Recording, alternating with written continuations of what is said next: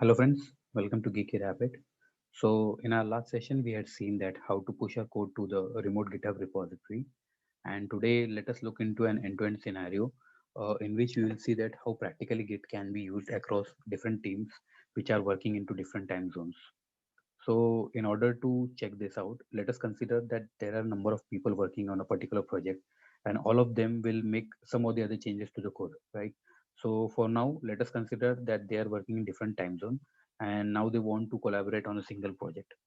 So the problem here is that each individual developer, which is into the different time zone, will do his work and save that it in his local.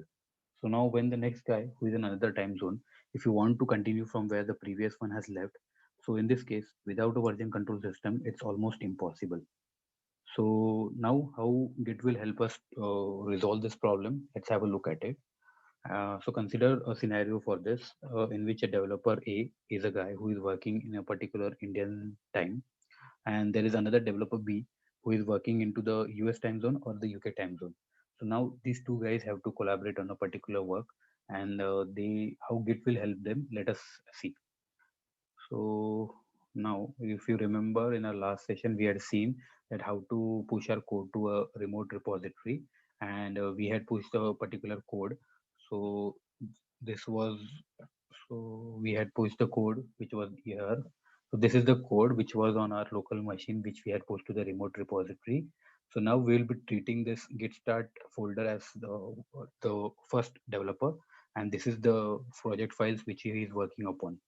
And now in order to create another developer, so as I'm having the same machine, what I will do here is I will clone this repo into another folder and we'll treat that as a particular different developers. So how to do this, let us see. So in order to clone, so we have to type in git clone and the path of the repo which we can get in from here. So this is the path, just copy this and just put in here. So now always remember that when you are just cloning the repository for the first time, we have to use git clone because it is a fresh repository and we don't have that into a particular local system.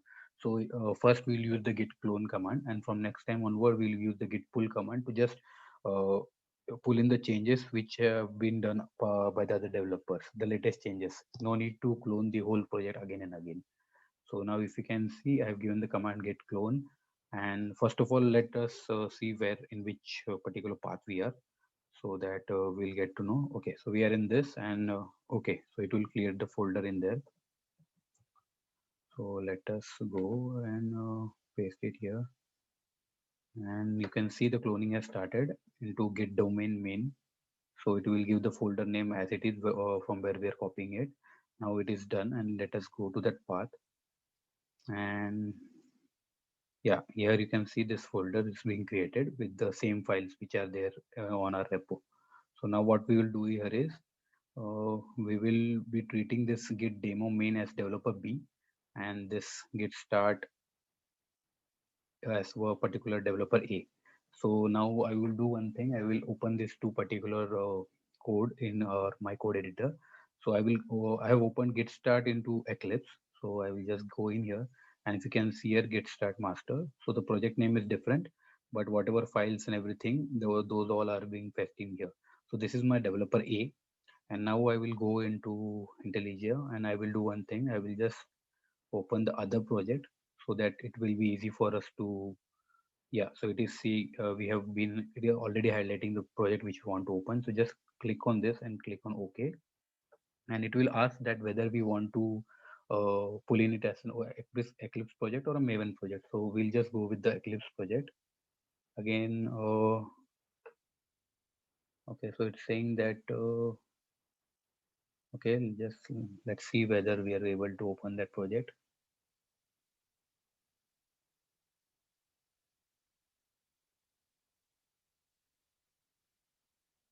Okay, it is being opened.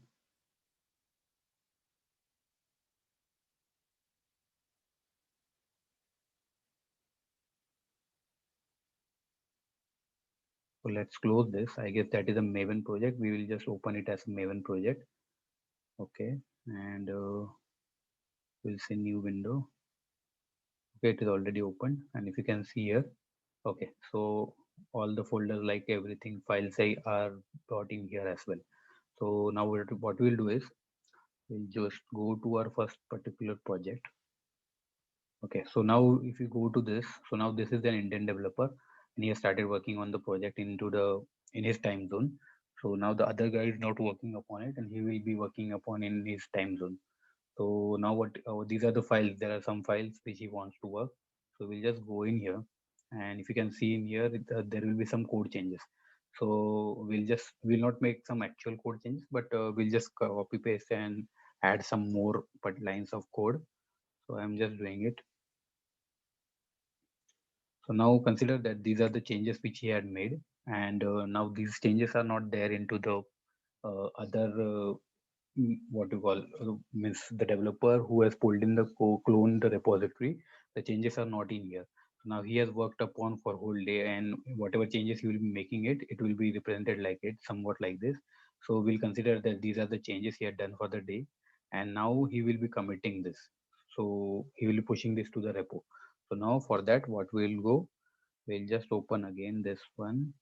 Now here in pwd, so we need to go to this particular folder path, that is git start. So I will just go in cd git start. Okay, so I'm now into that particular branch, not branch, it into the repo. And now I will just do one thing. I will just see what file have been changed. So now it is saying that okay, I have not saved, I guess. So let me save this. And now if I again see git status, you can see that I have modified the smoke test Java file and it is represented in red. So now you can add this file. What you can do it, we can do a git add. This will add the file to the staging area. So I'm using star so that it will add all the files which are modified. So now you can choose here, you can give the name as well of the file itself, like this. And now it will just add the particular file. So okay, I have just copied this modified as well. So you have to just pass in this much. So what I will do is instead I will add all the files, and then I will do a git status command to see what file are being added to the staging area. So now if you can see, all these files have been added. So after this I will be doing a git commit and changes. So I will say that these are the changes from developer A, and we who is in IST time zone. Okay, so it says that 3 files have changed and there are 3 insertion, and now I need to push this to the particular uh, remote repo. So if you're doing it for the first time, you need to just add in the remote repo, and by using this command, that is get remote add origin, and we have to specify the path of the git repo in here. But as I pushed the code earlier and I am working on the same machine, I do not need to do this step. So instead I will directly push the code with the help of get push, and I have specified the origin, and then on which branch I need to push it, that is master branch. So I will be pushing it. So let's see if it pushes the code. So the code has been pushed, and now if we go to the repo, so we'll just do a refresh here, and now we'll see what file changes we had made. So those were in, let us see where we had made the changes. Source test Java smoke test. So that will go in source test and smoke test. You can see changes from dev a ist. So the comment has been made here, whatever we have given with the commit message. And if you open the file, whatever changes we made, those will be here. So these are the changes, smokes system which we did. So now the changes have been done from developer one, developer A, and those are already being pushed to the remote repo. Now the developer A will go and finish his work. Now what will happen is whenever the developer B will come, he will have to pull in the code first of all to see what changes have been made from developer A, and then he will have to start working on it from his side. So if we go in here And if you just see in here, and if you go to the source test Java, so smoke test file, if you will see here, so he's not having that particular code, right? So in this case, he will have to pull in. So how to do that? Just we'll see now. So we'll go in here, just try to change the directory to his one.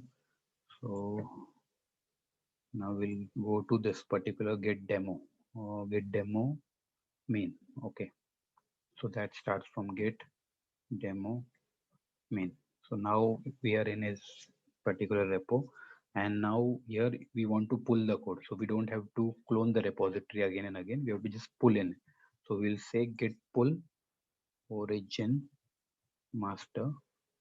So it should ideally pull in the changes which are being made by the developer A. And now if we will go and see in here, those should be seen. So if you can see, automatically those changes have been detected, and we have successfully pulled in the updated code in here. And now again, this guy can start working on this. Now suppose he start working on it, and like he also makes some changes in here, and we give this as 4 or 5, something like this. And if we make some another change to another file, like regression test, so here also, okay, those code is a bit uh, okay. So now you make a change to this file as well. So consider there would be some regression changes or code changes to any number of files that he can do. And now afterwards he has finished his work. So now again he has to do the same procedure what the other developer has done. So he has to do a git status command, give in here to check in what changes he had made. If you can see, he has made changes to the regression test file as well as smoke test file. Then he will add this file to the staging area. So once those are added to the staging area, let's check on the status with the help of git status. And if you can see all the highlighted in green files that had been added to the staging area. Now it's his turn to commit. So let's give git commit minus him. And these are the changes from dev B, that is in USA time zone. Okay, so we'll write in USA. So he has also made some changes, and there are a number of insertions. And now we have to finally push the code. So the steps will be remain same. It's just we are doing it on a one machine. That may confuse you, but if you can see that we are changing in the repository, we are going to git demo main, and then we are pushing it. And initially we had pushed it from git start. So that's the difference. So I will just push in the code and wait until it goes to the remote repository. Okay, so now just minimize this, and if we can just refresh this again.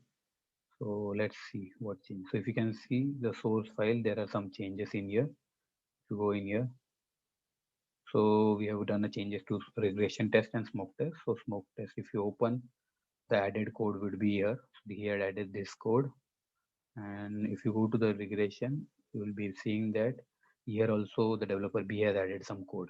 So this is the code. So in this way, now he has also successfully passed on his code to the particular remote repository. And now when on the next day, this guy, the developer A will come, he will not again have these changes.